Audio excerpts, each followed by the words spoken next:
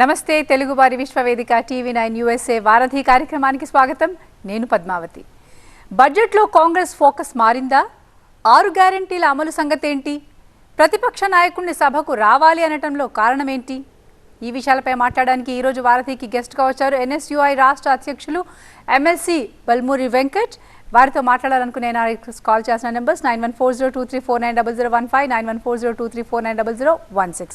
WhatsApp video call చేసిన number 8006036036. నమస్కారం అండి వెంకట్ గారు. First of all congratulations on being an youngest MLC. Great.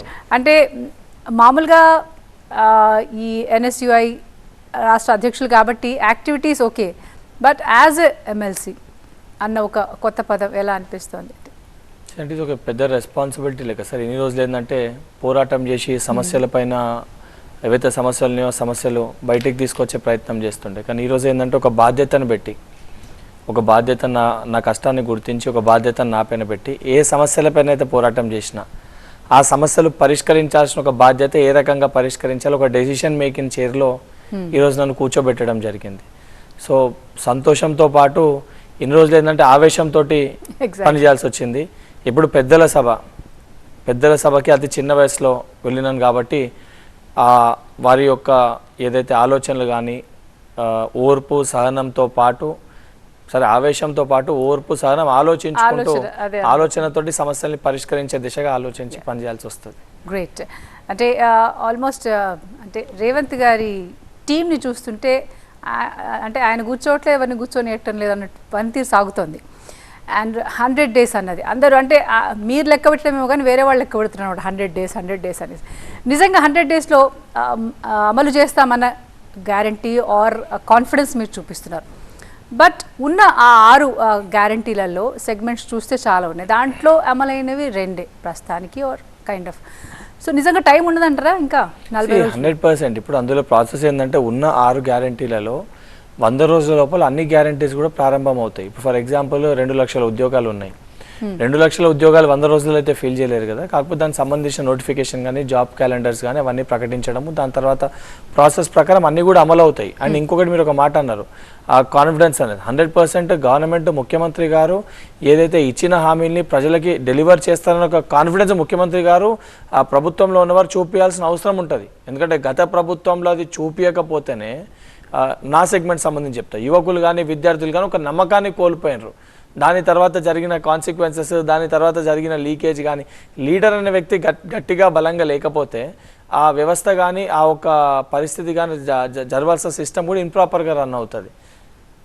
So దాని గురించి వారు ఒక విజన్ తోటి ఒక విజనరీ ఉన్న లీడర్, దాంతోపాటు అన్నిటికంటే ముఖ్యంగా ఒక కార్యకర్త స్థాయికి వెళ్ళి అంటే ఒక జెడ్పీటీసీ స్థాయికి వెళ్ళి ముఖ్యమంత్రి స్థాయికి వచ్చారు కాబట్టి హీ నోస్ ఎవ్రీథింగ్. వారికి మనం అబద్ధం చెప్పలేము, ఇక్కడ ఇది అని చెప్పని కింద ఏమవుతుంది ఏ రకంగా అవుతుంది అని మనకంటే బాగా వారికే తెలుసు. సో అసలు వ్యక్తి ఇక్కడ కూర్చోవడంతో అండ్ సీఎం అయినా మరుక్షణంకి వెళ్ళే అంటే ఇమీడియట్గా నెక్స్ట్ మూమెంట్కి వెళ్ళి వర్క్ అనేది స్టార్ట్ చేశారు. ఈవెన్ హీ వాజ్, నాకు ఫస్ట్ ఇప్పుడు కూడా గుర్తుంది, అంటే వారు ముఖ్యమంత్రి అయినాక ఒక 3 days తర్వాత కంటిన్యూస్ వర్క్ చేసేసరికి he was not feeling well. In spite of that taking medication లేదు, కంపల్సరీ ఫిల్ఫిల్ చేయాలి, ఉన్న 100 daysలో కంపల్సరీ ఇవన్నీ కంప్లీట్ చేయాలని చెప్పి 9th స్వేరింగ్ పెట్టుకున్నామన్నప్పటికీ ఏదైతే ఆ ప్రగతి భవన్ గేట్లని తీసేసేయాలి, బదలు కొట్టాలి, ఇప్పటికే ఆలస్యమైంది, ఏదైతే సంబంధించి పబ్లిక్కి ఒక అష్యూరెన్స్ కల్పించాలని చెప్పి హీ ప్రీపోన్డ్ ఇట్ టిల్ 7th వెళ్ళి స్టార్ట్ చేసి స్వేరింగ్ చేసి స్టార్టెడ్ వర్కింగ్. అండ్ అన్నిటికంటే ముఖ్యంగా మెయిన్ సెక్టర్స్ అంటే గత ప్రభుత్వము ఎడ్యుకేషన్ సిస్టమ్ని కంప్లీట్గా విడిచిపెట్టింది. కానీ ముఖ్యమంత్రి గారు ఎడ్యుకేషన్ సిస్టమ్ని పూర్తి స్థాయిలో ప్రక్షాళన చేయాలని చెప్పి వారి దగ్గరనే ఎడ్యుకేషన్ శాఖని పెట్టుకున్న, అంటే విద్యాశాఖని వారి దగ్గరనే పెట్టుకున్న, అంటే ఎడ్యుకేషన్ సిస్టమ్కి రేపటి విద్యార్థుల కానీ యువకుల పట్ల వారికి ఉన్న చిత్తశుద్ధిని ముఖ్యమంత్రి గారి దగ్గర శాఖ పెట్టుకున్నారంటే వారి విజన్ ఏ రకంగా ఉందో మనకు కనబడుతుంది. Right. So you are very much confident about 100 days and all the guarantees. Yeah, Ravi ఉన్నారు షికాగో నుంచి మీతో మాట్లాడడానికి. రవి గారు నమస్తే అండి. హలో సార్, నమస్తే వెంకట్ గారు. నమస్తే అండి. సో ఇప్పుడు నిన్న బడ్జెట్ రిలీజ్ చేశారు, గుడ్ అండి. కాకపోతే ఏంటంటే ఇప్పుడు మీరు 6 హామీలు అంటారు, మరి అర్హులైన వారు అంటారు. మరి ఇప్పుడు వరకు అర్హులు ఎవరో ప్రకటించలేదు. అది మెయిన్ థింగ్ అండి. అర్హులు అంటే ఎవరు అంటే ఇప్పుడు 200 యూనిట్స్ కరెంట్ ఉంది. అది అంటే ఆ లైన్ వాళ్ళ పేరు మీద ఉండాలంటారు. అంటే ఇప్పుడు సపోజ్ రెంట్కుంటారండి, రెంట్కుంటే లైన్ వాళ్ళ పేరు మీద ఉండదు. ఒకవేళ సొంత ఇల్లు ఉంటే వాళ్ళు అర్హులు కారు, ఎందుకంటే వాళ్ళకి రేషన్ కార్డు ఉండదు, వైట్ కార్డు. సో అర్హులు అంటే ఎవరు అంటే ఇప్పుడు రెంట్కున్న వాళ్ళు వాళ్ళ పేరు మీద లైన్ అయితే ఉండదు. ఇలా అంటే చాలా కాంట్రవర్షియల్ గా ఉన్నాయి, చాలా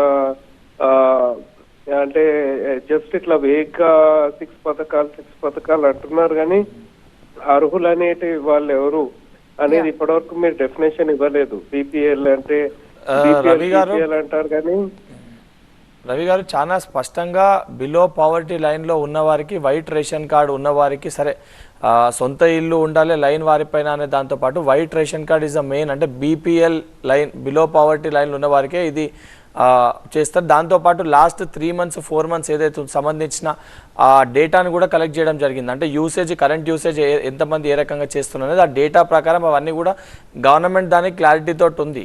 సో దానికి ఏంటంటే డెడ్ లైన్ అనేది పెట్టింది BPL, below poverty line, white ration కార్డ్ని ఎలిజిబిలిటీ పెట్టడం జరిగింది. అండ్ వైట్ రేషన్ కార్డ్ వాడు రెంట్కున్న ప్రతి ఒక్కరి దగ్గర, బీపీఎల్ బిలో ఉన్న ప్రతి ఒక్కరు కూడా వైట్ రేషన్ కార్డ్ ఉంటుంది. Yeah, so that is the criteria. And Venkat గారు, అంటే 100 days అని ఒకటి మీరు ఒక మార్క్ చేశారు కాబట్టి everybody is focusing on that. అంటే ఏది తిరిగినా కానీ మళ్ళీ 100 days చుట్టూనే తిరుగుతుంది. ఈ 100 daysలో సరే మీ పని చేస్తున్నారు, but most of the time గత ప్రభుత్వాన్ని ఎత్తి చూపడాలు, సమస్యలు చర్చించడంలో టైం వేస్ట్ అనిపిస్తలేదా? వాస్తవాలు ఈరోజు 100 days అని అంటే అట్లీస్ట్ పబ్లిక్కి ప్రజాస్వామ్యంలో 100 రోజులు అని చెప్పి క్వశ్చన్ చేస్తారు మమ్మల్ని. గత ప్రభుత్వాన్ని గురించి ఎందుకు కంపారిజన్ చేసి చెప్తున్నామంటే, గత ప్రభుత్వము ఇచ్చిన ఏ ఒక్క హామీని అమలు చేయలే. అమలు చేయని వ్యక్తులు దొంగతనం గురించి మాట్లాడితే ఈరోజు వాస్తవాలు ప్రజలకి చెప్పాల్సిన ఒక బాధ్యత మా పైన ఉంది. అంతే తప్ప కానీ వాళ్ళని ఎత్తి చూపుకుంటూ మేము హామీలు అమలు చేయమని ఎక్కడ చేయము అని చెప్పి చెప్తలేము. మమ్మల్ని గెలిపించింది ప్రజలు, మమ్మల్ని అడిగే హక్కు ఉంది ప్రజలకి. కానీ దొంగలు వచ్చి మీరు ఏమైంది అని చెప్పి మాట్లాడితే వాళ్ళ దొంగతనాన్ని అయితే పదే పదే చెప్పాల్సిన ఒక బాధ్యత అయితే మా పైన ఉంటుంది కదా. ఇప్పుడు ఉదాహరణకి ఈరోజు పొద్దున్న బడ్జెట్ ప్రవేశపెడుతున్నప్పుడు కొంతమంది సభ్యులు కౌన్సిల్లో నిరుద్యోగ భృతి ఏమైంది, నిరుద్యోగ భృతి లేదు అని చెప్పి నన్ను అంటే మాట్లాడుతుండే, కౌంటర్గా వారు మాట్లాడుతున్నప్పుడు వారు కమెంట్స్ చేస్తుండే.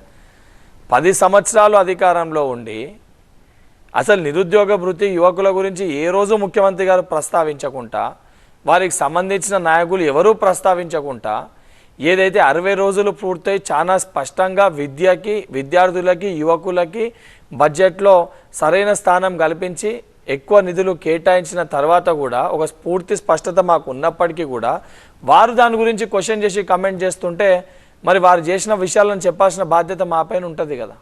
అంటే every minute is very important కాబట్టి దానివల్ల టైం వేస్ట్ అయితే లేదా? మీ పని మీరు చేసుకుంటే ఒకటి మా పని, మా సిస్టమ్, మా యంత్రాంగం అనేది అది నడుస్తూనే ఉంది. That is government system, government function అవుతుంది. అట్ ద సేమ్ టైం వేరే పొలిటికల్ పార్టీ. సో పొలిటికల్ పార్టీలో ఉన్నప్పుడు కంపల్సరీ అవతల పార్టీ క్వశ్చన్ చేసినప్పుడు దానికి సమాధానం చెప్పాల్సిన అవసరం కూడా ఉంటుంది. ఇప్పుడు మనం సమాధానం చెప్పకుండా మౌనంగా మన పని మనం చేసుకుంటూ పోయినాం అనుకోండి, ఇమీడియట్గా ఏమని అంటారు, బయట ప్రచారం చేసేది కూడా వాళ్ళు తప్పు చేసేది కాబట్టి మాట్లాడతలేరు అని అంటారు.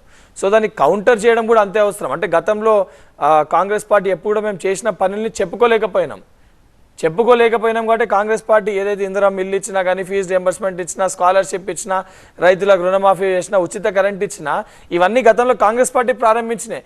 కానీ చెప్పుకోలేకపోయినాం కాబట్టే ఈ పరిస్థితి ఉండే. ఇప్పుడు డెలివర్ చేయడం ఎంత ఇంపార్టెంటో, డెలివర్ చేసిన దాన్ని చెప్పడము, అవతల వాళ్ళు చేయలేకపోయినని చెప్పడానికి కూడా అంతే ఇంపార్టెంట్. ఇప్పుడు రైట్, అజయ్ ఉన్నారు టెక్సాస్ నుంచి, మీతో మాట్లాడడానికి. అజయ్ గారు, హలో, నమస్తే అండి. వెంకట్ గారు నమస్తే. నమస్తే అండి. ఫస్ట్ ఆఫ్ ఆల్ మీకు కంగ్రాచులేషన్స్ అండి, ఎమ్మెల్యే అయినందుకు, మీ హార్డ్ వర్క్ కి రికగ్నిషన్ వచ్చినందుకు పార్టీలో. అండ్ నాకు ఒక 2 things ఉన్నాయండి. ఫస్ట్ థింగ్ ఏంటంటే, ఇప్పుడు రైతు బంధు గురించి చాలా డిస్కషన్ జరుగుతుందండి స్టేట్ లో. అంటే ఇంకా ఇవ్వట్లేదని అందరికి, ఓన్లీ 2 ఎకరాల వరకే వచ్చినాయని అంటున్నారు. మరి కాంగ్రెస్ గవర్నమెంట్ 15,000 ఇస్తా అన్నారు కదా, ఎలక్షన్ అప్పుడు ఎందుకు చెప్పలేదండి? అంటే మేము అందరికి ఇవ్వము, 10 ఎకరాల వరకే ఇస్తాము అని మీరు ఎలక్షన్ లో చెప్పాలి కదా. అది చెప్పకపోతే మోసం కదా. ఇప్పుడు ఇప్పుడు ప్రజలందరూ మీరు 15,000 ఇస్తారని చెప్పి మీకు ఓట్లు వేశారు. మీరు 10 ఎకరాలు అని ఆ టర్మ్స్ అండ్ కండిషన్స్ మీరు ముందే చెప్పాలి ఎలక్షన్ టైంలో. అదొకటి ఫస్ట్ థింగ్. సెకండ్ థింగ్ ఏంటంటే మంత్రులు అసలు అరాచకాలు అప్పుడే వచ్చి ఆ 45 రోజులు కూడా కాలేదు, అప్పుడే అహంకారంతో మాట్లాడుతున్నారండి. కోమటిరెడ్డి వెంకటరెడ్డి గారు మొన్న జెడ్పీ చైర్మన్ సందీప్ రెడ్డి గారిని పట్టుకొని ఇష్టం వచ్చినట్టు మాట్లాడుతున్నాడు. అసలు దాని గురించి మీరేమంటారు? సార్, 2 క్వశ్చన్స్ అండి అజయ్ గారు మీరు అడిగిన దానికి. మొదటిదేమో రైతు బంధు మొత్తం అందరికీ ఇస్తామని కూడా ఎక్కడ కాంగ్రెస్ పార్టీ చెప్పలేదు. ఏదన్నా సంక్షేమ పథకాన్ని ఇచ్చినప్పుడు అర్హులైన రైతులకి ఏదైతే సంబంధించి వారి పంటకి రైతుల ఏదైతే భారతదేశానికి కానీ తెలంగాణ రాష్ట్రానికి కానీ వెన్నెముక్కలకు ఉన్న రైతులకి ఒక భరోసా కల్పించడానికి ఒక స్కీమ్ అనేది ఇంప్లిమెంట్ చేయాలి.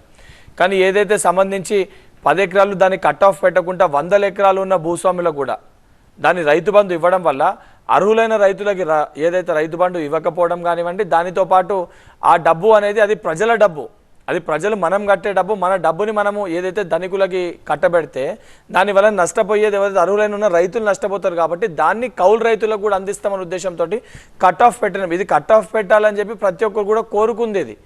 అండ్ చాలా స్పష్టంగా ఇంకోటి, రైతు బంధు పడలే అని చెప్పి మాట్లాడుతున్నారు. ఏ రోజు కూడా టీఆర్ఎస్ పార్టీ అధికారంలో ఉన్నప్పుడు మొత్తం రైతు బంధు కూడా మార్చి 31 లోపల ఏ సంవత్సరం కూడా పడలేదు. రైతు బంధు వేయనికి మార్చ్ 31 లోపల ఇప్పటి వరకు ఎప్పుడు కూడా రైతు బంధు పడలే. ఇంకా మార్చే రాలేదు, మార్చ్ 31 లోపల రైతు బంధు కంప్లీట్గా వేస్తాము. అంటే మేము ఇచ్చిన 100 రోజుల లోపల మేము చెప్పిన రైతు బంధుని కూడా తప్పనిసరిగా అమలు చేస్తాము. కానీ 100% దాన్ని కట్ ఆఫ్ పెట్టాలి. కట్ ఆఫ్ పెట్టకుండా అసలు పంట పండించకుండా రాళ్ళు రప్పలు అసలు భూమి వ్యవసాయం చేయకుండా అసంటి వ్యక్తులకు కూడా ఎకరానికి 15,000 ఇస్తే దానివల్ల లాభం ఏంది, దానివల్ల ఉపయోగం ఏంది? ఆ ఉపయోగం అనేది ఆ కనీసం ఆ డబ్బు ఎక్కడైతే వేస్ట్ అవుతుందో ఎవరైతే ధనికులకు ఇస్తుండ్రో ఆ డబ్బు రైతుల సంక్షేమం కోసం, రైతులకు సంబంధించిన ఏదైతే వాళ్ళకి ఏకకాలంలో రుణమాఫీ కానివ్వండి, ఇంకా ఏదైనా సబ్సిడీల కోసం, ఇంకేదైనా మెరుగైన పనుల కోసం రైతులకు ఉపయోగించవచ్చు. So that is the first priority. మేము ఎవరిని మోసం చేయలేదు. అంటే 100 ఎకరాలు ఉన్న వాళ్ళకి 200 ఎకరాలు ఉన్న వాళ్ళకి మేము రైతు బంధు ఇస్తామని కూడా ఎక్కడ చెప్పలేదు కదా. అర్హులైన ప్రతి ఒక్క రైతులకి రైతు బంధు అమలు చేస్తాము, 15,000 రూపాయలు ఇస్తామన్నాం. మేము ఇప్పుడు కూడా we stand on our words, what we told we will deliver it. Second point, మినిస్టర్స్కి మా మినిస్టర్స్ అహంకారంతో మాట్లాడుతున్నారని చెప్పి వెంకటరెడ్డి గారు ఒక చిన్న ఎగ్జాంపుల్ చెప్పారు.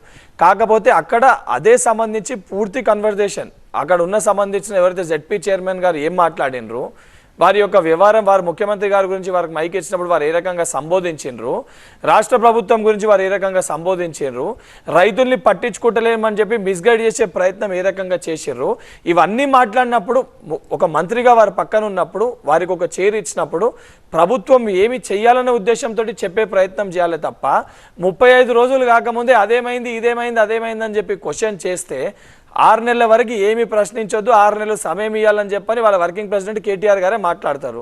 మరుసటి రోజే వీళ్ళు క్వశ్చన్ చేసి స్టార్ట్ చేస్తారు. అంటే దేన్నని ఇంప్లిమెంట్ చేయడానికి ఒక ప్రాపర్ టైము ప్రొసీజర్ అయితే కావాలి కదా.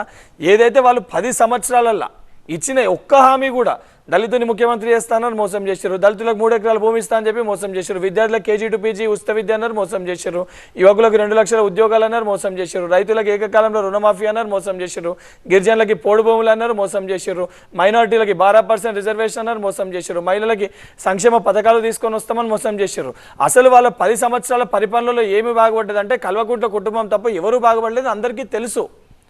తెలిసినాక ఇలా పదే పదే ప్రొవోక్ చేసి ముఖ్యమంత్రి గారిని ఉద్దేశపూర్వకంగా వారి గురించి తప్పుడు మాటలు మాట్లాడితే 100% మంత్రులు కానీ ఎవరన్నా కానీ బలంగా గట్టిగా చెప్తాము. ఎందుకనంటే మనం కూడా మన స్థాయిని ఆలోచించి మాట్లాడాలి. ఇప్పుడు నేను కూడా కేసీఆర్ గారిని నేను ఇష్టంలో తిడుతుంది పద్ధతి కాదు కదా. వారి వయసుని గౌరవించి నేను కూడా అర్థమయ్యే విధంగా చెప్పగలగాలి తప్ప నాకు 10 ఉంది ఈరోజు నేను ఎమ్మెల్సీ అని చెప్పి ఇష్టంలో అడ్డగోలుగా మాట్లాడుతుంది పద్ధతి కాదు కదా. సో అటువంటి పరిస్థితి వచ్చినప్పుడు కోపంతో తప్పనిసరిగా మాట్లాడాల్సి వస్తుంది. అది అహంకారం కాదు, ఒక బాధతోటి ఆవేదనతోటి మాట్లాడుతున్న మాటలు. రైట్. సో అంటే ఒక్కొక్క టర్మ్లో ఒక ప్రభుత్వం శంకుస్థాపన చేస్తే తర్వాత ఇంకో ప్రభుత్వం వచ్చినాక అక్కడ కంప్లీట్ అవుతుంది ప్రాజెక్ట్. సో అదేవిధంగా మీరు క్లెయిమ్ చేసుకుంటున్నారు మేము ఇనిషియేట్ చేసిన దాన్ని అని కూడా గత ప్రభుత్వ నాయకులు అంటున్నారు. దానికి మీ సమాధానం? ఇప్పుడు ఏ ప్రభుత్వం అన్నా ప్రాపర్ స్కీమ్ ఒకటి అంటే ఒక ప్రాపర్ ప్రాజెక్ట్ కానీ ప్రాపర్ స్కీమ్ ఇంప్లిమెంట్ చేసినప్పుడు అది ప్రజలకు ఉపయోగపడుతుంది అంటే దాన్ని కంటిన్యూ చేస్తారు, ఆ ప్రాజెక్ట్స్ని కంప్లీట్ చేస్తారు. ఎందుకనంటే గతంలో టీఆర్ఎస్ ప్రభుత్వం అధికారంలోకి వచ్చినాక కాంగ్రెస్ పార్టీ పెట్టిన చాలా ప్రాజెక్ట్స్ని కూడా వాళ్ళు ఆపేసి దాన్ని డిజైన్ చేంజ్ చేసి డబ్బుని ఏ రకంగా వేస్ట్ చేసి వాళ్ళు ఏ రకంగా కానీ కాంగ్రెస్ ప్రభుత్వం ఏంటంటే ప్రజల డబ్బు, సో నిజంగా ఏదైనా ఉపయోగపడే స్కీమ్ ఏదైనా ప్రాజెక్ట్ వాళ్ళు కడితే అది ఫైనల్ స్టేజ్లో అంటే మా పేరు లేదు కదా దాన్ని మేము కంప్లీట్ చేయమనే ఒక విధానంతో ఆలోచించే పార్టీ ఐడియాలజీ, అంటే అసొంటి ఐడియాలజీ కాంగ్రెస్ పార్టీది కాదు. అండ్ మేము ఎలక్షన్స్ వరకే ఎలక్షన్స్ మోటివ్లో వర్క్ చేస్తాం. ఎలక్షన్స్ తర్వాత రేవంత్ రెడ్డి గారు 119 నియోజకవర్గాలకి ముఖ్యమంత్రి, కేవలం 64-65 నియోజకవర్గాలకు కాదు.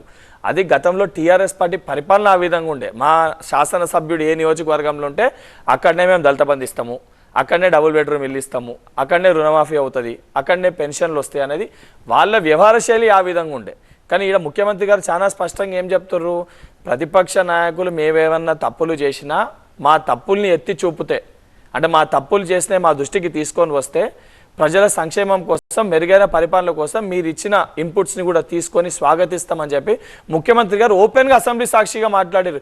ఏ ఒక్కరోజన్నా కల్వకుంట్ల చంద్రశేఖరరావు గారు 10 సంవత్సరాలలో ఆ మాట మాట్లాడినరా? ఏ ఒక్కరోజన్నా కేసీఆర్ గారు ఆ మాట మాట్లాడినరా? ముఖ్యమంత్రి గారు being in his seat as a chief minister, అపోజిషన్కి ఏదైనా ఇన్పుట్స్ ఉన్నా అపోజిషన్ ఎమ్మెల్యేలు వచ్చినా కలుస్తారు. గతంలో సొంత పార్టీ ఎమ్మెల్యేలు సొంత పార్టీ మంత్రులతోనే కలవలేని పరిస్థితి ఉండే. You can see the change in the system. అంటే పరిపాలించే విధానంలో చాలా స్పష్టంగా మార్పు కనిపిస్తుంది.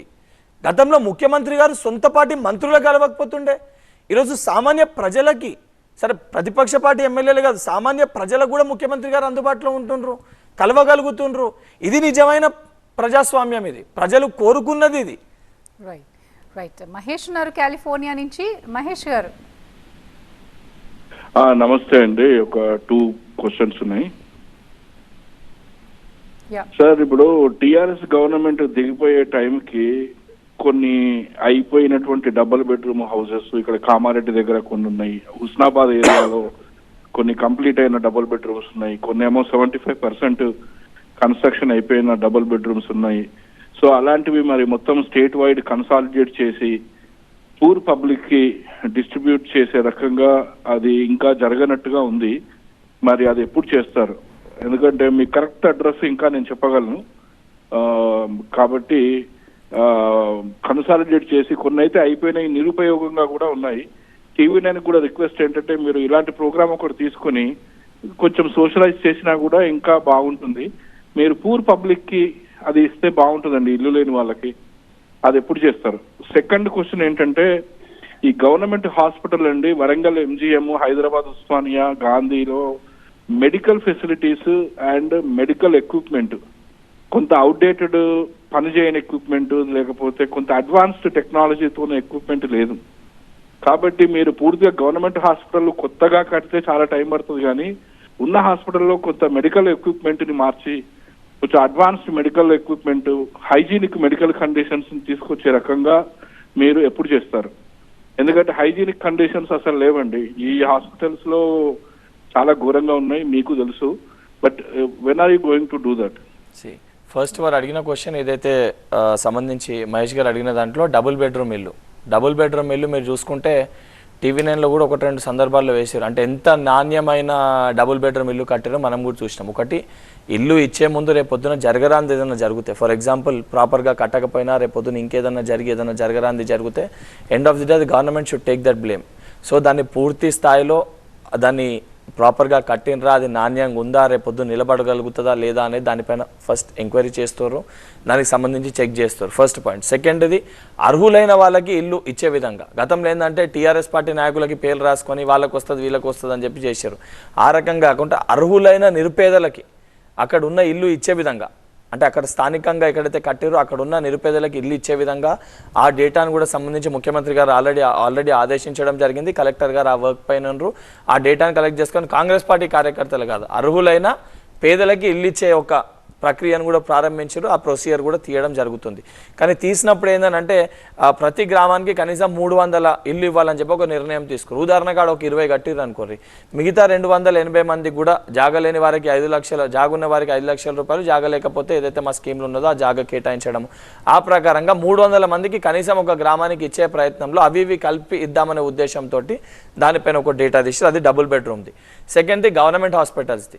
గవర్నమెంట్ హాస్పిటల్స్ హైజీనిక్గా మారాలంటే ముందుగా హాస్పిటల్ సిస్టమ్ అనేది ఏదైతే సంబంధించి ప్రతి నియోజకవర్గాలు ఏదైతే 100 పడకల ఆసుపత్రులు ఉన్నాయో ఎక్కడికక్కడ హాస్పిటల్ ఫెసిలిటీస్ పెంచితే, ఎక్కడికక్కడ పేషెంట్స్ లిమిటెడ్ అవుతే, అంటే అక్కడికక్కడికి కన్ఫైన్ అవుతే హైజీనిక్గా మనం పెట్టగలుగుతాం. లేదు మనకు ఉన్న అందరూ కూడా ఉస్మానియా హాస్పిటల్, ఎంజిఎం హాస్పిటల్కి అందరూ వచ్చి చేరితే ఆడ ఉన్న స్ట్రెంత్కి, అక్కడ ఉన్న కెపాసిటీకి, అక్కడ ఉన్న డాక్టర్స్కి ప్రొవైడ్ చేయలేం. బికాస్ నేను కూడా బై ప్రొఫెషన్ ఒక డాక్టర్ని, అంటే ఎంత కష్టంగా ఉంటుంది సిస్టమ్ రన్ చేయడం అనేది తెలుసు. అండ్ అక్కడ చూసుకుంటే బేసిక్ ఫెసిలిటీస్ కూడా ఏం లేవు 100%. దానిపైన కూడా ఆల్రెడీ దామోదర్ రాజనరసింహ గారు ఆ సంబంధించిన హాస్పిటల్స్ని విజిట్ చేసి ఇప్పటికే ఏమేమి రిక్వైర్మెంట్ ఉంది కూడా దానిపైన ఒక పూర్తి దానిపైన చేసి ఇప్పుడు కేటాయించిన బడ్జెట్లో కూడా పూర్తి స్థాయి ఎక్విప్మెంట్, అంటే ఫుల్ ఫ్లెజ్డ్ లేటెస్ట్ ఎక్విప్మెంట్స్ని కూడా ఈ హాస్పిటల్స్లో అమరుస్తారు. రైట్. సునీల్ ఉన్నారు యుఎస్ఏ నుంచి మీతో మాట్లాడడానికి. సునీల్ గారు. హలో, నమస్తే వెంకటన్న. నమస్తే. చాలా హ్యాపీగా ఉంది మీరు ఎమ్మెల్సీ అవ్వడం. అండ్ నెక్స్ట్ టర్మ్ లో మీరు అట్లీస్ట్ నెక్స్ట్ ఎంపీకి ప్రమోట్ అవుతారని అనుకుంటున్నా. అండ్ ఇంకోటి ఏంటంటే అన్న, ఒకటే థింగ్ ఏంటంటే ఇప్పుడు హరీష్ రావు, కేటీఆర్ రోజు ఇష్టం వచ్చినట్టు మాట్లాడుతున్నారు కదా అసెంబ్లీలో. అసలు 45 రోజుల ప్రభుత్వం అన్న పోయి కూడా లేకుండా అప్పుడే విమర్శించడము, అసలు ఏదో కొంపలు మునిగిపోయినట్టు, వీళ్ళందరూ ఇన్ని రోజులు ఏదో చేసినట్టు ఇప్పుడు ఇట్లా చేస్తున్నారు కదా. వీళ్ళ బిహేవియర్ గురించి కొంచెం చెప్పండి అమ్మా. అసలు రోజు టీవీలు చూస్తుంటే మాకు పిచ్చిలేస్తుంది. అంటే అధికారంలో ఉండి ఏదైతే కనీసం ఒక 60 రోజులు కూడా ప్రతిపక్షంలో ఉండలేకపోతున్నారు.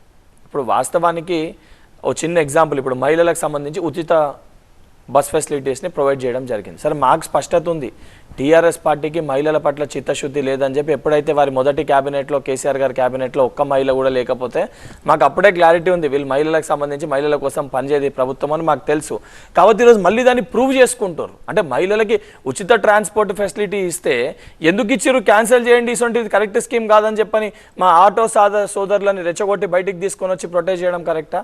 నిజంగా ఆటో సోదరులను రెచ్చగొట్టేది ఉంటే ఊబర్ వచ్చినప్పుడు, ఓలా వచ్చినప్పుడు ఇదే ఆటో సోదరులు ధర్నా చేశారు. మరి ఆ రోజు కేటీఆర్ గారు కానీ కేసీఆర్ గారు కానీ ఏ రోజైనా వాళ్ళ పక్షాన పోయి మాట్లాడినరా? ఇవాళ పోయి ఆటోలో తిరుగుకుంటూ కెమెరాని అమర్చుకొని ఆ పార్టీ నాయకులందరూ కూడా ఆటోలలో వస్తారు. అండ్ చాలా స్పష్టంగా మా ఆటో సోదరులకు కూడా వాళ్ళ కుటుంబంలో కూడా మహిళలు ఉంటారు, సోదరిమణులు ఉంటారు, వాళ్ళకు కూడా ట్రాన్స్పోర్టేషన్ ఫ్రీగానే కదా.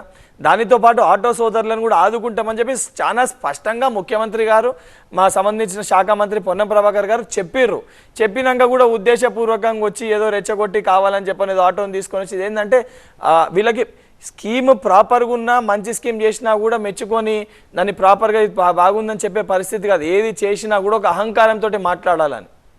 అది కేవలం వీళ్ళిద్దరు కాదు, ఇప్పుడు శాసన మండలిలో కూడా నేను ఒక చిన్న వ్యక్తిగా నేను మండలిలో పోయి ఏదో నేర్చుకున్నామన్న ఉద్దేశంతో పెద్దలందరూ ఉంటారు, చాలా డిసిప్లిన్గా ఉంటుంది అని చెప్పి నేను ఫస్ట్ డే వెళ్ళిన ఫస్ట్ డే రేవంత్ రెడ్డి గారు ఏదో ఏబిఎన్ ఇంటర్వ్యూలో ఏదో మాట్లాడారని చెప్పని కవిత గారు ఆ పెద్దలందరూ కూడా నల్ల రిబ్బన్స్ వేసుకొని వచ్చి ఆడ పోడియం ముందు స్పీకర్ గారు వెళ్ళమంటుంటే కూడా కూర్చొని ధర్నా చేస్తుండ్రు. అంటే నా సొంటి కొత్త సభ్యులు నాకంటే చిన్నపిల్లల లెక్క వాళ్ళు వివరిస్తున్నారు అక్కడ. కనీసం నేను వారి స్థానంలో ఉంటే అట్లీస్ట్ ఆ డిగ్నిటీ మెయింటైన్ చేస్తుండే. అంటే వీళ్ళకి ఏందనంటే ఎంతకి మేము ఏది చేసినా నడుస్తుంది అని ఒక అహంకారం. ఒక 10 సంవత్సరాల అధికారంలో ఉండేసరికి ఇది ప్రజాస్వామ్యం కాదు, ఇది రాజరిక పాలన, ఏదో కొన్ని రోజులకు పోయింది మళ్ళీ కదా మా పైన మొత్తం యుద్ధం చేసి మళ్ళీ గుంజుకోగలుగుతామని ఒక వైఖరితోటి వారు ప్రదర్శిస్తున్నారు. సరే, వారి అహంకారం ఇప్పటికీ తగ్గకపోయినా మన సగం ప్రజలు వంచారు. ఈ పార్లమెంట్ ఎలక్షన్స్లో ఒకటి కూడా గెలవకుండా ఎలగొడితే అప్పుడు పూర్తి స్థాయిలో కూడా వారి అహంకారం తగ్గిపోయి ఇటువంటి మాటలు అప్పుడన్నా మాట్లాడడం ఆపుతారేమో. రైట్. అంటే మీరు పెట్టిన ఈ టెన్యూర్లో 100 రోజుల కాలంలో 2 lakhs జాబ్స్ అని ఒక డిక్లేర్ చేసినారు. ఫీజిబుల్ అంటారా, లేకపోతే డిక్లేర్ చేసిన తర్వాత it's a process goes on? మొదటి సంవత్సరం 2 లక్షల ఉద్యోగాలు 100 days లోపల సంబంధించిన ప్రక్రియ, జాబ్ క్యాలెండర్ ఇవన్నీ ప్రకటించి ఎప్పుడు ఏ నెల ఏ ఉద్యోగాలు, మొదటి సంవత్సరం 2 లక్షల ఉద్యోగాలు భర్తీ చేస్తామని చెప్పి we stick on to our words, 100% భర్తీ చేస్తాము. అండ్ దానికి ఏంటంటే ఎక్కడ వేకెన్సీస్ ఉన్నాయి అండ్ 2-3 తప్పుడు నిర్ణయాలు గత ప్రభుత్వం తీసుకుంది. ఇప్పుడు కానిస్టేబుల్ రిక్రూట్మెంట్ గురించి ఉంది, జియో 46 అని చెప్పి ఒక జియోని తీసుకొని వచ్చి విచ్ ఇస్ నాట్ ప్రెసిడెన్షియల్ ఆర్డర్కి వ్యతిరేకంగా అందులో ఒక జోన్ వైజ్ అని ఒక కొత్త విధానాన్ని తీసుకొని వచ్చి విద్యార్థుల మధ్యలో చిచ్చు పెట్టి, అంటే ఇక్కడున్న జిల్లా ముందు తెలంగాణ స్టేట్ సపరేట్ అయినాక మళ్ళీ ఇక్కడ జిల్లాల వారీగా విద్యార్థుల మధ్యలో చిచ్చు పెట్టి ఒకరికి బెనిఫిట్ అయితే ఆటోమేటిక్గా ఇంకోళ్ళు కొట్టుకుపోతారు. ఆ రకంగా ఉద్యోగాలు ఇచ్చే ఉద్దేశం లేదు కాబట్టి ఇలా అనేకమైన డిస్టర్బెన్సెస్ క్రియేట్ చేసి పెట్టి వెళ్ళారు. సో మా అదేంటంటే హైదరాబాద్లో పుట్టిన తెలంగాణ యువకుడు తెలంగాణ బిడ్డనే, నల్గొండలో పుట్టిన యువకుడు కూడా తెలంగాణ బిడ్డనే, ఇద్దరు కొట్లాడుకోవాలని ఎప్పుడు మేము అనుకోము. ఇద్దరు కలిసిమెలిసి ఉండాలి, మనమంతా తెలంగాణ వల్ల మనకి కలిసిమెలిసి ఉండాలన్న ఉద్దేశంతో అందరికీ సమానంగా వాళ్ళు ఏదైతే కోరుకుంటారో, ఇప్పుడు టీఎస్పీఎస్సీ కానీ అన్ని రిక్రూట్మెంట్స్ బోర్డ్స్లో టీఎస్ఎల్ఆర్బి కానీ, గురుకుల బోర్డు కానీ, డిఎస్సి బోర్డు కానీ వాళ్ళు అనుకున్న తేదీ ప్రకారం ఆ వేకెన్సీస్ని ప్రకటిస్తూ ఒక నమ్మకాన్ని కల్పిస్తూ ట్రాన్స్పరెన్సీ ప్రాసెస్ తోటి మొదటి సంవత్సరంలో 2 లక్షల ఉద్యోగాలు తప్పనిసరిగా మేము భర్తీ చేస్తాం. రైట్. ఇక బడ్జెట్ గురించి చెప్పండి. ఎందుకంటే బడ్జెట్లో మీరు ఇచ్చిన అంటే ఈ 6 గ్యారెంటీల గురించి ప్రస్తావన ఇక్కడ రాలేదు. And more over it's a kind of మీరేం కామెంట్ చేస్తారు బడ్జెట్లో చాలా స్పష్టంగా ఇచ్చిన 6 గ్యారెంటీల గురించి రాకపోయింది. సంబంధించిన మహిళల గురించి ఏదైతే అలొకేట్ చేసిరో బడ్జెట్లో ఆ సంబంధించిన శాఖకి ఎంత అమౌంట్ కేటాయించారో అందులో స్కీమ్ అనేది పెడతారు. అక్యురేట్గా దీనికి ఇంత అని చెప్పి ఎక్కడ కూడా ఏ బడ్జెట్ మెన్షన్ చేయరు. అంటే సంబంధించి ఇప్పుడు మహిళలకు సంబంధించి ఉంది, ఆ మహిళా సంక్షేమం దాని నుంచి మొత్తం మహిళలకు ఎంత బడ్జెట్ కేటాయించారు దాంట్లో ఆ స్కీమ్ అనేది అప్లై అవుతుంది. ఇప్పుడు విద్యుత్ శాఖ ఉంది, విద్యుత్ శాఖకి ఎంత కేటాయించారు అందులో ఉచిత కరెంట్ అది అమలు అవుతుంది తప్ప స్కీమ్కి పెట్టి ఎక్కడ కూడా బడ్జెట్ దీనికింత అని మెన్షన్ చేయరు. అది సంబంధించిన శాఖలో పైసలు ఉన్నాయా లేవా దాన్ని ఏ రకంగా ఎట్లా యూజ్ చేయాలనేది డిసైడ్ చేస్తారు. రైట్. వంశీ ఉన్నారు మీతో మాట్లాడడానికి. వంశీ గారు నమస్తే అండి. వెంకట్ గారు నమస్తే. నమస్తే అండి. హలో అండి. ఏం లేదండి, ఇప్పుడు బడ్జెట్ నిన్న పెట్టారు కదా, అంటే మీ పథకాలన్నీ బిలో పావర్టీ క్లాసే ఉన్నాయి. మరి middle class, upper middle class గురించి ఏమీ అంటే గవర్నమెంట్స్ కి ఏమీ ఉండదా? అది ఫస్ట్ క్వశ్చన్ అండి. అంటే ఏమి అసలు మిడిల్ క్లాస్ కూడా ఆల్మోస్ట్ పావర్టీ ఇప్పుడున్న ఇన్ఫ్లేషన్ కి పావర్టీ లెక్కనే ఉంటుంది. సో అసలు మిడిల్ క్లాస్ ని పట్టించుకోరా గవర్నమెంట్స్? ఫస్ట్. సెకండ్ థింగ్ ఏంటంటే ఇప్పుడు సెంటర్ లో దాదాపు బీజేపీనే వస్తుందని every survey is saying that. So how is it going to effect? అంటే పథకాలు మొన్న సీఎం గారేమో సెంటర్ లో కాంగ్రెస్ వస్తే ఉంటుంది అంటారు, మరి కాంగ్రెస్ వచ్చే పరిస్థితి అయితే కనిపించట్లేదు. మరి అది ఎలా హ్యాండిల్ చేస్తారు? ఫస్ట్ థింగ్ మిడిల్ క్లాస్ అని అంటారు. ఇప్పుడు ఫర్ ఎగ్జాంపుల్ రైతు బందే ఉంది, 10 ఎకరాలంటే మిడిల్ క్లాస్ వాళ్ళకు కూడా 10 ఎకరాల లోపలనే ఉంటుంది కదా, అప్పర్ మిడిల్ క్లాస్ కానీ మిడిల్ క్లాస్ కానీ. దానితో పాటు 10 లక్షల రూపాయలు ఆరోగ్యశ్రీకి 10 lakhs అది కూడా మిడిల్ క్లాస్ వాళ్ళకి అప్లై అయ్యేదే. 2 లక్షల ఉద్యోగాలు అది మిడిల్ క్లాస్ వాళ్ళకి అప్లై అయ్యేదే. అంటే కేవలం ఇప్పుడు ఫర్ ఎగ్జాంపుల్ ఇల్లు మిడిల్ క్లాస్ వరకు ఆల్రెడీ ఇల్లు ఉందని అనుకోండి, ఇప్పుడు వాళ్ళకు కూడా డబుల్ బెడ్రూమ్ ఇల్లు ఇవ్వడంలో అయితే ఇల్లు లేని వాళ్ళకి సంబంధించి బీపీఎల్ సంబంధించి ఏ స్కీమ్ దేనికి ఇంప్లై అవుతుందో దాని ఇప్పుడు మిడిల్ క్లాస్ వాళ్ళకు కూడా చాలా మంది కొంతమందికి వైట్ రేషన్ కార్డు ఉంది. మిడిల్ క్లాస్లో ఉన్న వాళ్ళకి కూడా చాలా మందికి వైట్ రేషన్ కార్డు ఉంది. వైట్ రేషన్ కార్డు ఉన్న వాళ్ళకి అందరూ కూడా గ్యాస్ సిలిండర్ ఇవన్నీ కూడా ఇంప్లై అవుతాయి. కాకపోతే కొన్ని పర్టిక్యులర్ స్కీమ్స్ మటుకే ఏదైతే సంబంధించి ఇప్పుడు కౌలు రైతులకు ఇచ్చేది ఉంది, ఆ సంబంధించిన దానికి ఏదైనా తీసుకుంటే అది కంప్లీట్గా బిలో పావర్టీ లైన్లో ఉన్న వారికి ఒక 2-3 స్కీమ్స్ తప్ప తక్కినవన్నీ కూడా మిడిల్ క్లాస్ అండ్ కానీ కంప్లీట్గా పూర్ రిచ్ వాళ్ళకి ఏం లేదు. అంటే రిచ్ వాళ్ళకి ఏమి ఇచ్చే ఉద్దేశం అయితే మరి మా ప్రభుత్వానికే తెలియదు. ధనికులకి ఇంకేదన్నా ప్రభుత్వ సొమ్ము తీసుకెళ్ళి కట్టబెట్టాలంటే ఆ రకంగా బీజేపీ పార్టీ టీఆర్ఎస్ పార్టీ పనిచేసిందని కాంగ్రెస్ పార్టీ ఆ రకంగా పనిచేసే ఆలోచనలు అయితే లేదు. అండ్ ఇంకోటి, రేపు పొద్దున సెంట్రల్లో బీజేపీ పార్టీ వస్తుంది, సర్వేల ప్రకారం బీజేపీ పార్టీ వస్తుంది అంటే తెలంగాణలో కూడా కాంగ్రెస్ పార్టీ సర్వేలలో కాంగ్రెస్ పార్టీ వస్తుంది అని చెప్పి దాదాపు 10 సర్వేస్లలో అవుట్ ఆఫ్ 10 సర్వేస్ 8 సర్వేస్లో కాంగ్రెస్ పార్టీ రాదు అనే చెప్పారు తెలంగాణలో. But public has to decide what will come. ఇప్పుడు జస్ట్ బీజేపీ పార్టీ ఏంటంటే అన్ని సర్వేస్ని కానీ కొన్ని చోట్ల మేనేజ్ చేసి they have created a perception that they are going to come in power, but we have 100% confidence that Congress party is going to come in power. In case Congress party power lo రాకపోయినా కూడా తప్పనిసరిగా తెలంగాణ రాష్ట్రంలో మేము ఇచ్చిన ప్రతి స్కీమ్ని కూడా, ఎందుకంటే ఎలక్షన్స్ వరకే బీజేపీ పార్టీ కాంగ్రెస్ పార్టీ, సరే వాళ్ళు రేపొద్దున అధికారంలోకి వచ్చినా there will be a central government and prime minister. ఎవరు ప్రైమ్ మినిస్టర్ అయినా తెలంగాణకు ప్రైమ్ మినిస్టర్ అవుతారు. యాజ్ ఎ స్టేట్లో చీఫ్ మినిస్టర్ సెంట్రల్కి వెళ్ళి ఏం ఫండ్స్ స్టేట్కి ఇవ్వాలి వాళ్ళు ఇవ్వాలని చెప్పి ఏదైతే ప్రొసీజర్ ప్రకారం అడగడం జరుగుతుంది. ఇవ్వకపోతే కొట్లాడి తీసుకోవడం జరుగుతుంది. దాని కాన్సిక్వెన్సెస్ దాని ప్రకారంగా రేపు పొద్దున అదే రకంగా ఉంటుంది. అంటే సెంట్రల్లో పార్టీ లేదని చెప్తే ఉదాహరణకి ఇప్పుడు తమిళనాడులో డిఎంకే పార్టీ రూలింగ్ ఉంది, సెంట్రల్లో వాళ్ళకి వచ్చే ఆస్కారం లేదనుకోండి, రేపు పొద్దున బీజేపీ రాకపోతే సౌత్ ఇండియా స్టేట్స్ అని ఇవ్వకుంటే ఆల్మోస్ట్ సౌత్ ఇండియాలో ఎక్కడ కూడా బీజేపీ లేదు. సౌత్ ఇండియాలో బీజేపీ లేదని చెప్పి బీజేపీ సౌత్ ఇండియాకి నిధులు మేము కేటాయించామనంటే అందరూ చూస్తూ అయితే ఉంటారు కదా. దాని కాన్సిక్వెన్సెస్ దాని పరిస్థితులు, అందులో తెలంగాణలో ప్రతి ఒక్కరు కూడా మనకు పోరాటం ఎట్లా తెలుసు, మన హక్కుల్ని ఎట్లా గుంజుకోవాలో కూడా మన అందరికీ తెలుసు. దానికంటే అన్నిటికంటే ముఖ్యంగా రేవంత్ రెడ్డి గారికి క్లియర్ విజన్ ఉంది, ఎక్కడ తగ్గాలి ఎక్కడికి వెళ్ళి ఏం పట్టుకురావాలి, తెలంగాణ రాష్ట్ర అభివృద్ధి కోసము వారు అన్ని రకాలుగా ఏ స్టేజ్ కన్నా వారు వెళ్ళడానికి సిద్ధంగా ఉన్నారు. రైట్. అయితే ఇంతకుముందు అంటే హైదరాబాద్ సంబంధించి ఓటర్స్ ఒక డెవలప్మెంట్ కనిపించేది, అంటే అది ఇది ఆ బిల్డింగ్ ఈ బిల్డింగ్, సో దాంతో వాట్ ఎవర్ ఒక పార్టీకి టువర్డ్స్ ఉంటుంది. అది కాంగ్రెస్కి పర్టికులర్గా హైదరాబాద్లో ఇంకా ఏం యాక్టివిటీస్ మొదలవుతున్నట్టు అనిపిస్తలేదు. అంటే యూఆర్ డూయింగ్ యాజ్ ఓవరాల్, మీరు అన్నట్టుగా he's a chief minister for all the districts కాబట్టి he's doing that, but are you trying to అంటే హైదరాబాద్ పీపుల్ని ఎట్లా అట్రాక్ట్ చేసుకోవడానికి ఏం ప్లాన్ చేస్తారు? అంటే బహుశా మీకు తెలిసి ఉంటుంది, ఇప్పుడు మూసీ గురించి నేను ఆల్రెడీ చాలా స్పష్టంగా చెప్పారు, మూసీ రివర్ని ఏ రకంగా తీర్చిదిద్దాలనుకుంటారు.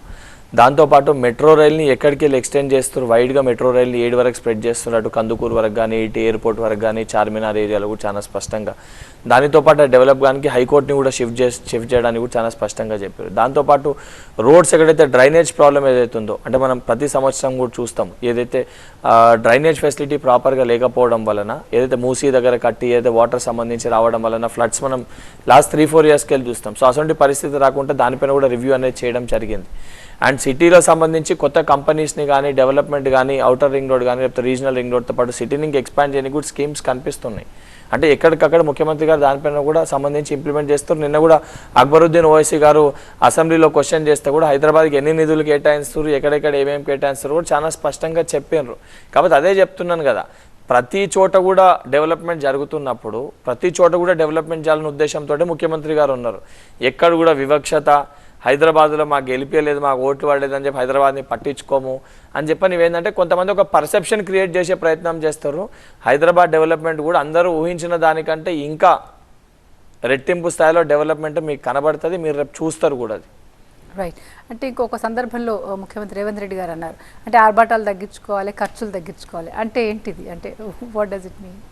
అంటే గతంలో జరిగిన పరిస్థితులు, అంటే గతంలో ఏ రకంగా డబ్బుల్ని మిస్యూజ్ చేసారో దాన్ని ఉద్దేశించి అంటే ఓవర్ దానికి పోయి, ఇప్పుడు ఫర్ ఎగ్జాంపుల్ మనం చూసినామంటే పబ్లిసిటీకి ఎంత ఖర్చు పెట్టారు. అంటే గుజరాత్లో తెలంగాణ ఏదైనా ఉంటే గుజరాత్లో మహారాష్ట్రలో అక్కడ ఉన్న మెయిన్ పేపర్స్కి మొత్తం యాడ్ ఇస్తుండే కంప్లీట్ పేజ్. ఆ డబ్బు అంతా ఎందుకు? అది అక్కడ యాడ్ ఇవ్వడం వల్ల పార్టీకి లాభం తప్ప రాష్ట్రానికి వచ్చే లాభం ఏంది? అది జస్ట్ ఏంటంటే షోకి పోయి, కాబట్టి ఆ డబ్బు ఓరి ఇంట్లోకి వెళ్ళి పెట్టింది కాదు కదా, తెలంగాణ సొమ్ము.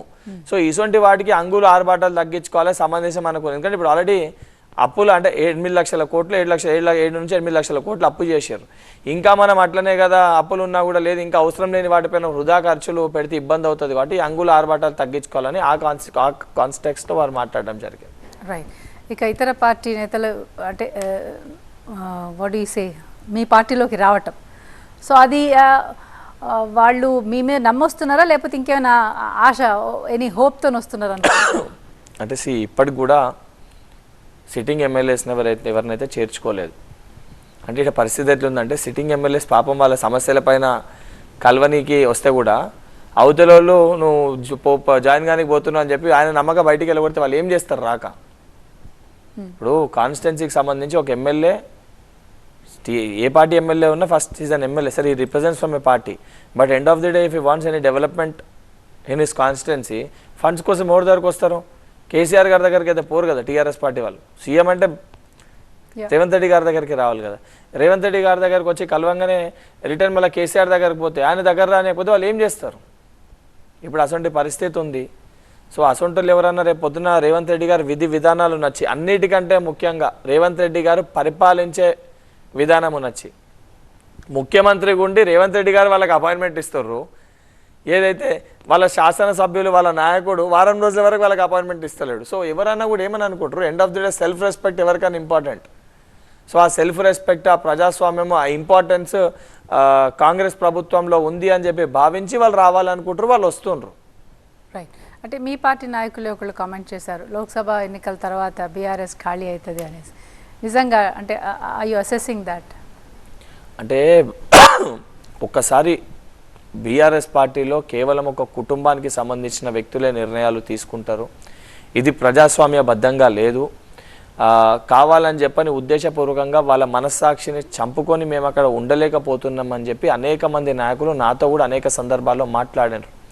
కాకపోతే ఏంటంటే ఆల్టర్నేటివ్ లేక మళ్ళీ పోతే ఏం బెదిరిస్తాడో, ఏ రకంగా మమ్మల్ని ఇబ్బంది పెడతాడో అని చెప్పి భయంగా ఉక్కిరి బిక్కిరి రైతు టీఆర్ఎస్ పార్టీలు ఉన్న అనేక సందర్భాలు మనం కూడా చూసినాం.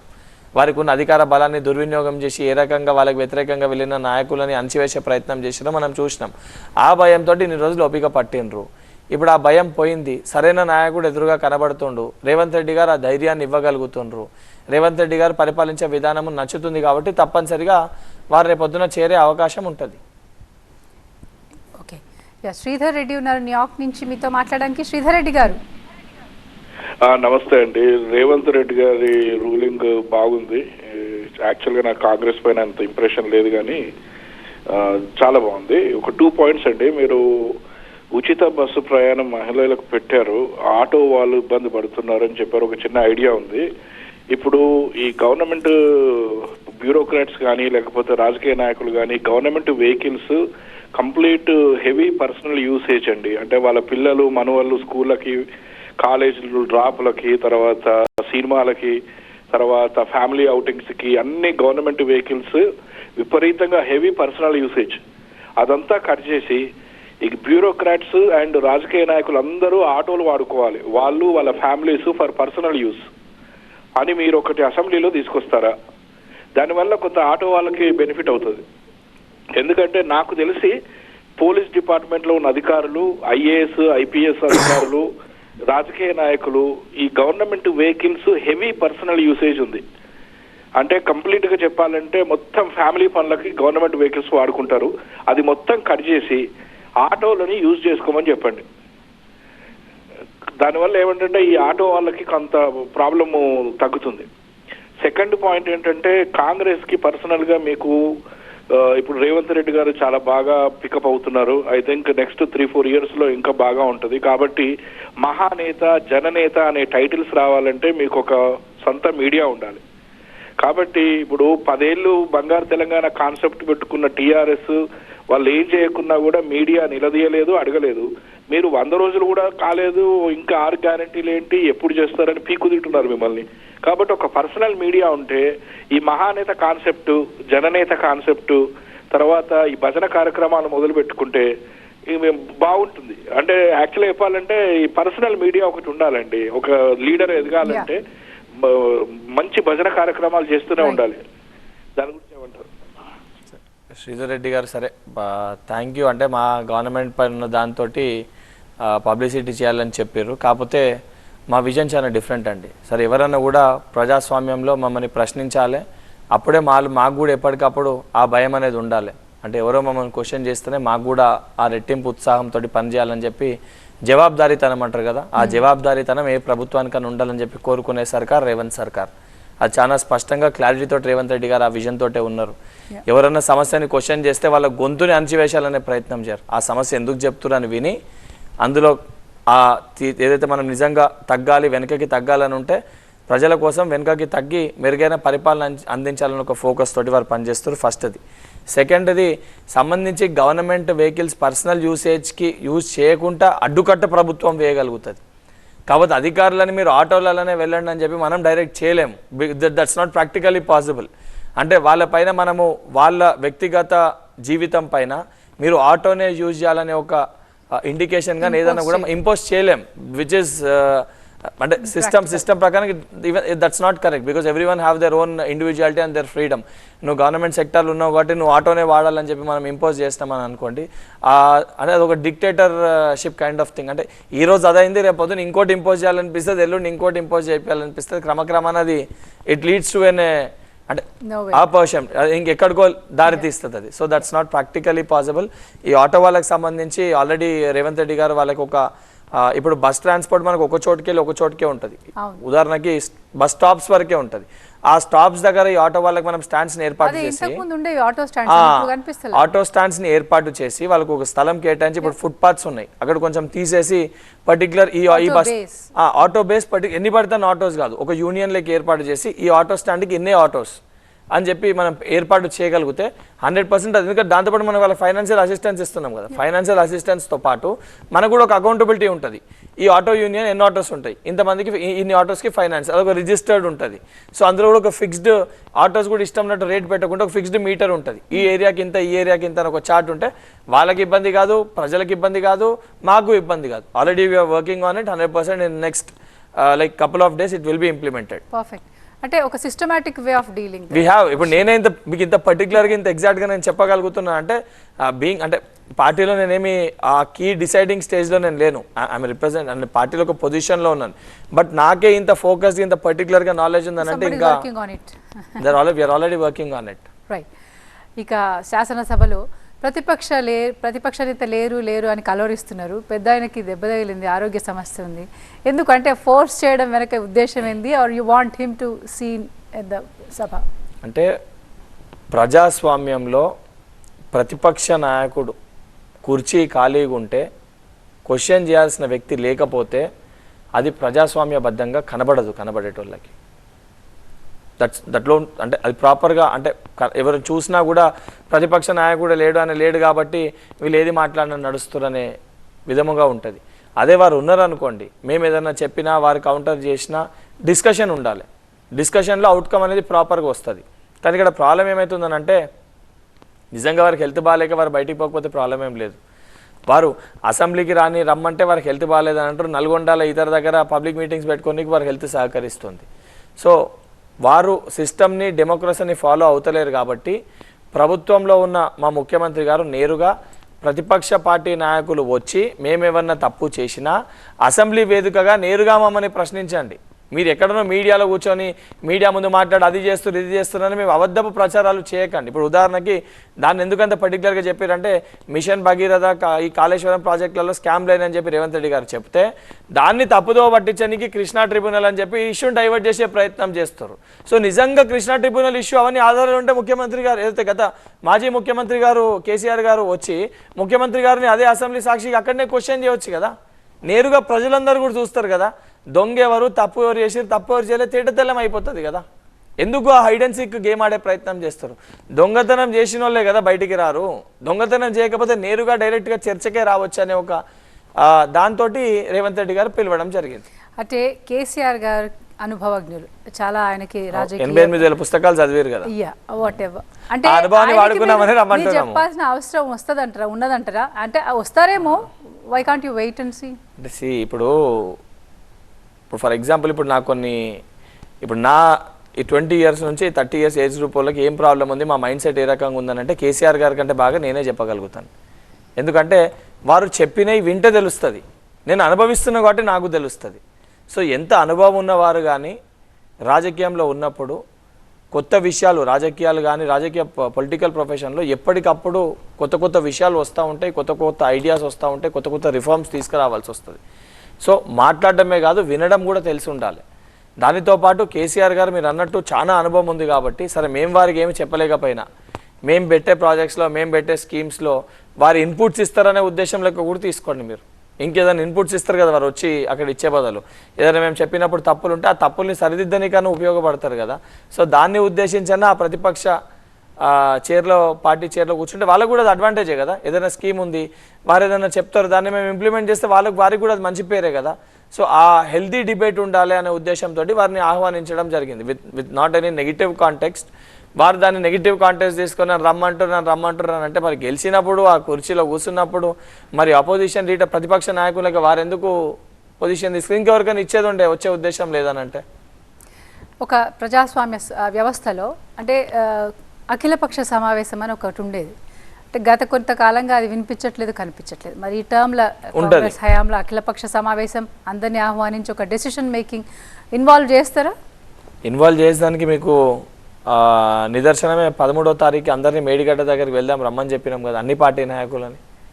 అన్ని పార్టీ 119 మంది శాసనసభ్యులకి ఏదైతే ఉన్న శాసన మండలి సభ్యులకి అందరికి కూడా 119-40 అందరికి కూడా అన్ని ఫెసిలిటీస్ అరేంజ్ చేస్తాము, అందరం కలిసి మేడిగడ్డ దగ్గర పోదాం, అసలు ఏం తప్పులు జరిగిందో చూద్దామని చెప్పి కూడా చెప్పారు. మేము ఆహ్వానిస్తున్నాం. గతంలో ఎప్పుడు కూడా వాళ్ళైతే మమ్మల్ని ఆహ్వానించలే ఎక్కడ కూడా.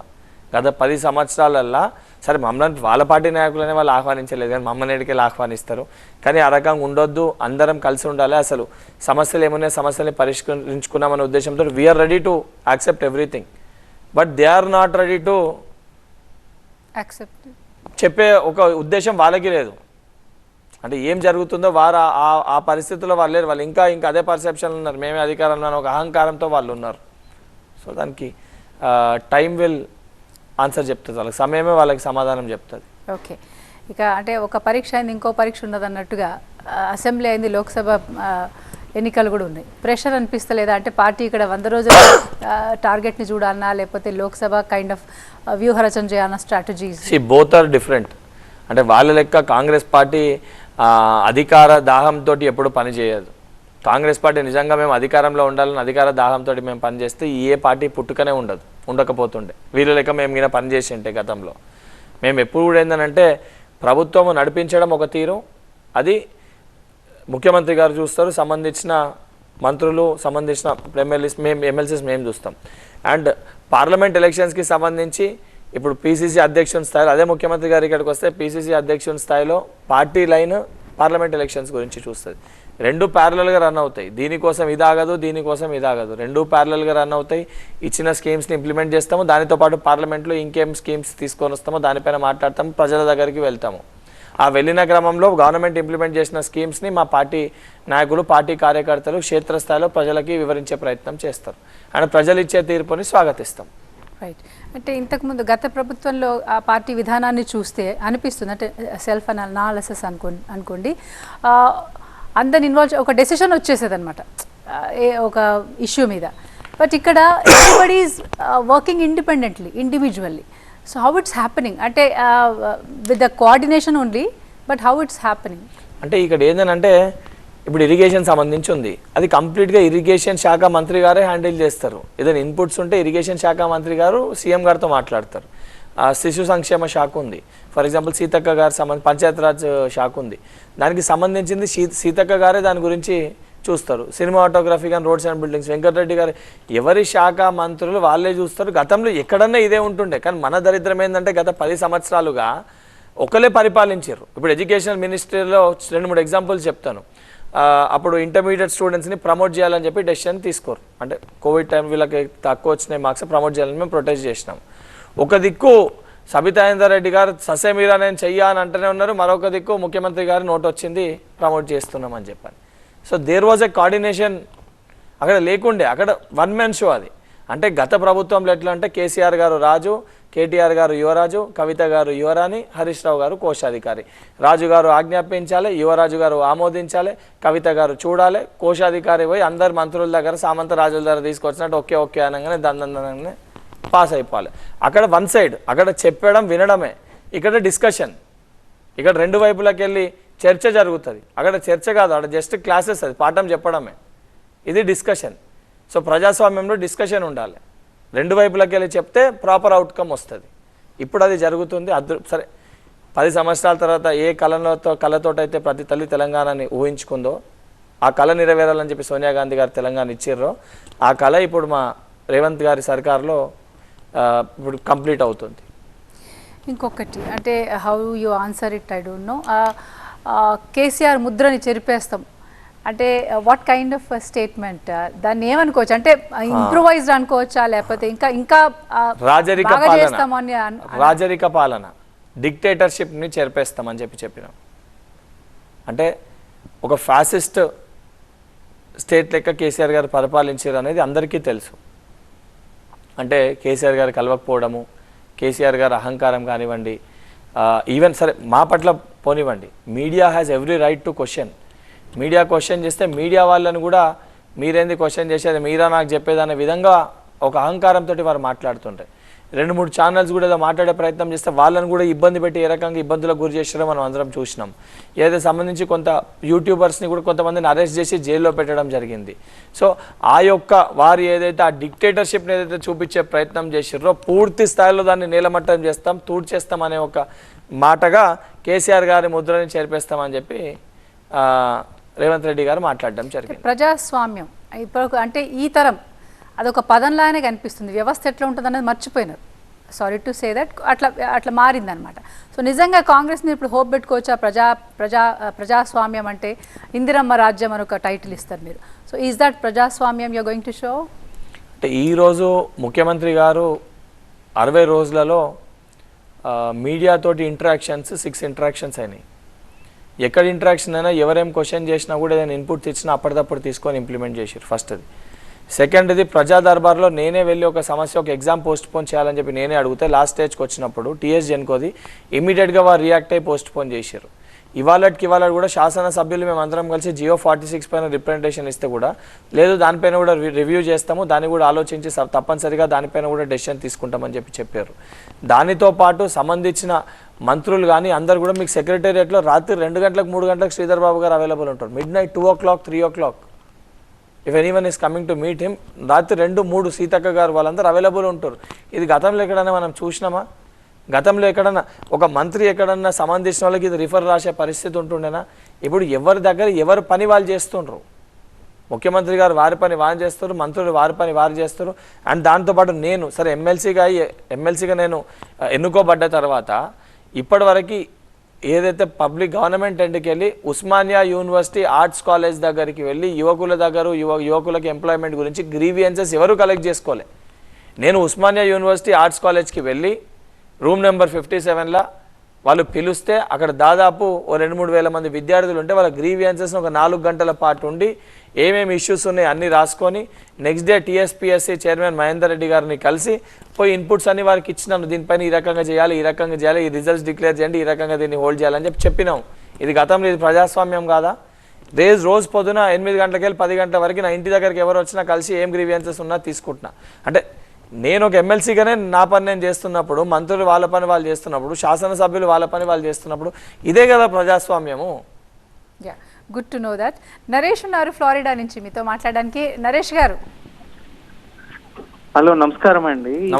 ఇది టిఎస్ఆర్టీసీ ఇది బస్తీ బాగానే ఉందండి. కాకపోతే ఇప్పుడు ఎంతండి 500 కోట్లేమో అని అన్నారు. ఇది మొత్తం ఖర్చు వచ్చేసేసి ఇప్పుడు కొత్త బస్సులు తీసుకొచ్చిండ్రు. దాంట్లో ఏమి అడ్వర్టైజ్మెంట్స్ కానీ ఏది కూడా లేదండి. అంటే యాక్చువల్గా రెవెన్యూ జనరేట్ చేయడానికి అది అమెజాన్ వాళ్ళకు వాల్మార్ట్ వాళ్ళకు ఇస్తే వాళ్ళు లోపల యూట్యూబ్ ఛానల్స్ ఓపెన్ చేసి కూడా ప్రతి ఒక్కరు 1 మిలియన్ సబ్స్క్రైబర్స్ తోటి వాళ్ళు ఇప్పుడు దుబాయ్ అటు ఇటు తిరుగుతున్నారు, ఎంతో రెవెన్యూ జనరేట్ చేస్తున్నారు. మనం ఓన్లీ ఫ్రీ మీద చేస్తున్నాం కానీ రెవెన్యూ జనరేట్ చేయడానికి ఆ బస్సులలో టీవీలు పెట్టేసేసి డైలీ సీరియల్ ఏమో అవసరం లేదు. ఎందుకంటే ఆడవాళ్ళు ఇక వాళ్ళు అదే యూజ్ చేసుకుంటూ వాళ్ళు హైదరాబాద్లో దిగాల్సిన వాళ్ళు ఎక్కడే దిగుతారు ఆ డైలీ సీరియల్ చూసుకుంటూ. సో అది కాకుండా వేరే అడ్వర్టైజ్మెంట్లు అవి ఇవి వేస్తే కొంచెం రెవెన్యూ జనరేట్ అవుతాయి కదా, అదొకటి. తర్వాత ఇంకొకటి వచ్చి ఈ మన హెచ్ఎండిఏలో ఇంత పెద్ద తిమింగలాలను పట్టుకుంటున్నారు. అవన్నీ ఎట్లవుతాయని అంటే ఇప్పుడు మీ కాంగ్రెస్ ప్రభుత్వంలో కూడా వైఎస్ రాజశేఖర రెడ్డి జరిగిపోవడంతో సరైన లీడర్ లేకుండా మొత్తం గజిబిజి అయిపోయి తెలంగాణ బయటకు వచ్చి ఇప్పుడు అంత అయిపోయింది. ఇప్పుడు అంటే ఒక ప్రభుత్వం మారితే కానీ తిమింగలాలు బయటికి రావడం, పెద్ద పెద్ద మంది వేయడము, దీనివల్ల ఎంతో మంది మిడిల్ క్లాస్ పీపుల్ సఫర్ అవుతుంది. ఇప్పుడు ఆయన 500 కోట్లు ఎంతో ఉన్నది ఆయన డైరెక్టర్, దానివల్ల ఎంతో మంది మిడిల్ క్లాస్ ఎవరో సఫర్ అయ్యి నిద్ర లేని రాత్రులు కూడా గడపవచ్చు. మరి అటువంటి తిమింగలాలను పట్టుకోవడానికి మీ ప్రభుత్వంలో ఇంకేదైనా వాళ్ళని సస్పెండ్ చేయడమా, డైరెక్ట్ ఇక్కడైతే అమెరికాలో ఫైర్ చేసేస్తారు, లేకపోతే వాళ్ళకు సెంటెన్స్ కూడా ఉంటుంది. మరి అటువంటిది ఏదన్నా జీవో పట్టుకొస్తారా? అది రెండవది. ఇంకోటి వచ్చి క్వాలిటీ ఆఫ్ లైఫ్ గురించి. ఇప్పుడు మీరు ఈ తెలంగాణలో ఇప్పుడు ఫ్రీ బస్ పెట్టిందండి. ఈ తెలంగాణలో ఉన్న తల్లులు వాళ్ళు ఇప్పుడు కరీంనగర్ నుంచి హైదరాబాద్కు రావాలో మీ ఊరు ఏదో చెప్పండి, అది చెప్పేసి హైదరాబాద్కు వచ్చేటప్పుడు వాళ్ళు నీళ్లు తాగకుండా వస్తుందండి. వాళ్ళకు సరైన బాత్రూమ్ ఫెసిలిటీస్ లేవు. ఒకవేళ మీ ఊరు నుంచి ఇప్పుడు హైదరాబాద్కు రావాలి అని అంటే ఎక్కడన్నా రెస్ట్ రూమ్లు ఉన్నాయా? మీరు అమెరికాకు వస్తే ఇక్కడ ఫస్ట్ క్లాస్ రెస్ట్ ఏరియాస్ ఉంటాయి. వాళ్ళు నీళ్లు తాగకుండా 5-6 గంటలు నీళ్లు తాగకుండా వాళ్ళ ఆరోగ్యాలు పాడు చేసుకుంటారు. మీ ఊరు నుంచి హైదరాబాద్కు వచ్చేటప్పుడు ఫస్ట్ క్లాస్ ఏదైనా రెస్ట్ ఏరియా ఉందా? ఎందుకంటే రేపు నేను హైదరాబాద్కు వచ్చినప్పుడు అది అక్కడ ఉందా లేదో చూస్తాను.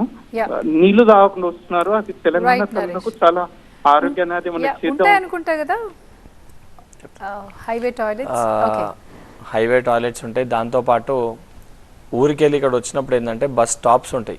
ఇవేమో ఎక్స్ప్రెస్ డైరెక్ట్ సింగిల్ స్టాప్. ఎక్కడికక్కడ బస్ స్టేషన్స్లో కూడా టాయిలెట్స్ ఉంటాయి. సరే కొన్ని చోట్ల టాయిలెట్స్ని ఇన్ని రోజులు ప్రాపర్గా నీట్నెస్ అనేది మెయింటైన్ చేయలేదు. కాకపోతే దానిపైన కూడా ఆల్రెడీ పొన్నం ప్రభాకర్ గారు దానిపైన దృష్టి పెట్టి దానిపైన కూడా రివ్యూ చేయడం జరిగింది. అండ్ వాటర్ గురించి చెప్తే వాటర్ సంబంధించి ఎవరన్నా ఊరికెళ్ళి జనరల్గా వస్తే ఎవరి బాటిల్ వారు క్యారీ చేస్తారు. అంటే మనం బయట వాటర్ ఏదైనా ప్రొవైడ్ చేసినా అది ఎప్పటికప్పుడు హైజీనిక్గా పెట్టలేకపోతే ఇంకా అది వేరే అంటే ఇంకా వేరే ప్రాబ్లమ్స్ ప్రొవైడ్ చేస్తాము. కరోనా కైండ్ ఆఫ్ హ్యాబిట్స్ తోని సెల్ఫ్ బాటిల్ ఒకటి ఎవరు వాళ్ళు క్యారీ చేసుకుంటే ఇట్స్ బెటర్. అంటే మనం పెట్టినా కూడా ఇంకేదైనా మళ్ళీ, ఎందుకంటే ఇప్పుడు ఆల్మోస్ట్ కంటీజియస్ డిజీజ్ అని ఎక్కువ వస్తున్నాయి బ్యాక్టీరియా వల్ల అది ఇది. సరే మేము ఎంత పెట్టినా కూడా ఆ స్టాఫ్ ఎవరైనా ప్రాపర్గా దాన్ని తీయకపోయినా క్లీన్ చేయకపోయినా అది ఇంకా అంటే మనం ఏదో మంచి చేయకపోతే చెడు జరిగే ఆస్కారం ఎక్కువ ఉంటుంది. కాబట్టి ఇట్స్ బెటర్ అంటే నా ఒపీనియన్, గవర్నమెంట్ చెప్పలేదు, నా opinion that every one carry their bottle of water with them, it's better for them. And second ఇది HMD అంటే తప్పనిసరిగా తప్పు చేసిన వాళ్ళ పని ఎవరైనా చర్యలు తీసుకోవడం, ఇంకోటి కక్షపూరితంగా చర్యలు తీసుకోవడం వేరే, చేసిన తప్పుని ఆధారాలతో సహా బయటపెట్టి చర్యలు తీసుకోవడం వేరే. ఇప్పుడు మేము ఉద్దేశం నిజంగా కక్షపూరితంగా మేము లోపల వేయాలనుకుంటే ఇప్పటికే ఈ కుటుంబంలో ఎవరినో ఒకరిని లోపల వేసేస్తుండే. కానీ ఆధారాలతోటి ఎక్కడ ఏమి తప్పిదం చేసిర్రు ప్రజాస్వామ్యంలో ప్రజల ముందు చూపించి ఇది కక్షపూరితంగా కాదు, ఈ తప్పు చేసిర్రు, ఈ చేసిన తప్పిదానికి వీళ్ళని లోపల వేయొద్దా అని ప్రజల అభిప్రాయం తీసుకొని వాళ్ళ లోపలేయాలనే ఉద్దేశంతో సిస్టమ్ ప్రకారంగా ప్రభుత్వం పోతుంది. దానిపైన రేవంత్ రెడ్డి గారు కూడా చాలా క్లియర్గా ఉన్నారు. తప్పు చేసిన వాళ్ళు ఎవరన్నా, ఎవరి బ్యాక్గ్రౌండ్ ఉన్నా, అది కాంగ్రెస్ పార్టీకి సంబంధించి ఎక్కడైనా లింక్ ఉన్నా కూడా అసొంటి దాంట్లో మీరు ఎవరిపైనా మిమ్మల్ని కూడా స్పేర్ చేసేది లేదని చెప్పి చాలా క్లియర్ డైరెక్షన్స్ వారు ఇవ్వడం జరిగింది. అండ్ దానితో పాటు క్వాలిటీ ఆఫ్ లైఫ్ అంటే ఇట్ టేక్స్ టైం. అంటే 1 నైట్లో సిస్టమ్ చేంజ్ అవ్వాలి, 1 నైట్లో అన్ని మార్పులు తీసుకురావాలంటే it's not practically possible. And step by step ప్రతి ఒక్కటి కూడా క్వాలిటీ ఆఫ్ లైఫ్ ఇంప్రూవ్ చేయాలనే ఒక దిశగానే మా ప్రభుత్వం పనిచేస్తుంది. క్వాలిటీ ఆఫ్ లైఫ్ ఉండాలంటే ముందు మనం ఎంత ప్రొవైడ్ చేసినా పబ్లిక్లో కూడా మార్పు రావాలి. అంటే నీట్నెస్, క్లెన్లీనెస్ మెయింటైన్ చేయాలనే ఉద్దేశంతో మనలో కూడా ఒక మార్పు రావాలి. దానికి తీసుకురానికి తప్పనిసరిగా ప్రయత్నిస్తాము. అండ్ మోర్ ఓవర్ ఒక అడ్వైస్ కూడా ఇచ్చారు, కాస్త యాడ్స్ పెంచితే ఇన్కమ్ జనరేట్ అవుతుంది అన్నట్టు. యాడ్స్ కి సంబంధించి అది చూస్తాను, ఆల్రెడీ ఉంటది, కాబట్టి అది లేకపోతే వీళ్ళు రాఘవేంద్ర ఉన్నారు కాలిఫోర్నియా నుంచి మీతో మాట్లాడడానికి. రాఘవేంద్ర గారు. హలో వెంకట్ గారు. హలో అండి. మీకు యాక్చువల్లీ మీరు ఇంతకుముందు మీరు మాట్లాడుతున్నప్పుడు సౌత్ ఇండియా అని సంథింగ్ ఏదో అన్నారు. దాని గురించి నేను ఒక చిన్న విషయం చెప్దాం అనుకుంటున్నాను. మనకి భారతదేశం వేరుపడినప్పటి నుంచి స్ట్రాటజికల్ గా చాలా మటుకి హెచ్ఏఎల్ కానీ, సిసిఎంబి కానీ ఇలాంటి ప్రభుత్వ రంగ సంస్థలన్నీ అవన్నీ సౌత్ లోనే ఎక్కువ పెట్టడం అయింది. ఎందుకంటే నార్త్ లో బార్డర్స్ దగ్గర కాబట్టి స్ట్రాటజికల్ గా ఇట్స్ వీకర్ స్పాట్. అండ్ అది కాకుండా ఇప్పుడు మన తెలంగాణలో హైదరాబాద్ ఇన్కమ్ జనరేట్ చేస్తుంది. అండ్ దట్ ఇన్కమ్ మనం డిస్ట్రిబ్యూట్ చేస్తాం కదా లోవర్ ఇన్కమ్ ఏరియాస్ కి. Same thing in India also. And specially DK Suresh వాళ్ళ ఆయన కర్ణాటక నుంచి ఆయన ఇలాంటివి మాట్లాడడం, and that to representing Congress like national party. They are not like a British sympathizer like a DMK party, right? It's really shame on them. And also you using that మీరు ఒక leverage లాగా అది వాడడం అనేది literally shame. And it leads to like worse scenarios. మనము మన budget కి తగ్గట్టు మీరు ముందే హామీలు ఇచ్చే ముందు మీరు ఆలోచించాల్సి. రాఘవేందర్ గారు ఒక్క నిమిషం, మీరు కంప్లీట్ చేసే ముందు నాకు అన్న ఒక పదానికి నేను మీకు ఎక్స్ప్లెనేషన్ ఇచ్చి మీరు దాన్ని రాంగ్గా మీరు అంటే ఏం విన్నారో నాకు అర్థం కాలేదు. సౌత్ ఇండియాలో ఉన్న కంట్రీస్ అని చెప్పి, అంటే సౌత్ ఇండియాలో ఉన్న స్టేట్స్లో బీజేపీ లేదు అనే ఉద్దేశంతో నేను చెప్పినాను తప్ప సౌత్ ఇండియా, నార్త్ ఇండియా వేరే వేరే అని చెప్పి నేను మాట్లాడలే. అంటే I just give an example. తమిళనాడులో ఆ ఉన్న మొత్తం క్వశ్చన్ కన్వర్జేషన్ అంటే మీకు అర్థమవుతుంది అంటే నేను చెప్పింది ఏందనేది. You have taken me wrong, అది తీసుకున్న దానికి.